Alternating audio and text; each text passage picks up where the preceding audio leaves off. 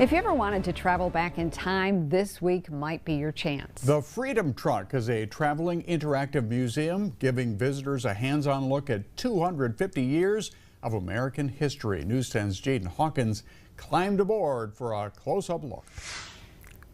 You've seen the pictures and read the stories hundreds of times. And for most people like college freshman Taylor Broder, American history has always stayed in the pages of a textbook. That's not something that crosses your mind often. You're just living your life. That all changed with the Freedom Truck, a mobile interactive museum celebrating the founding of the United States. Welcome. My name is George Washington.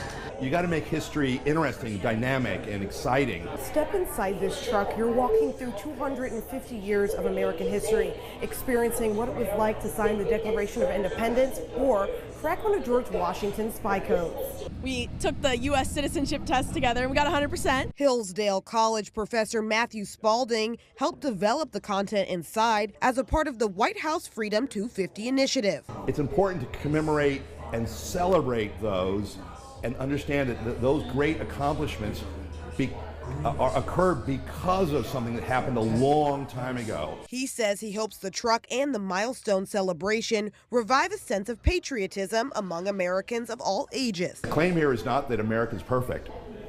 We're imperfect people, lots of mistakes and messiness of history. But we want to focus on the great things, the great parts, the parts that really make it worthy of love. It's a message that rang true for Broder. Thinking back on how, All right, that was Jaden Hawkins reporting. If you want to check out the Freedom Truck, the Hillsdale Hometown 250 celebration runs through Saturday from 9 to 4, featuring the truck, historical reenactments, a petting zoo, and much more. This is your first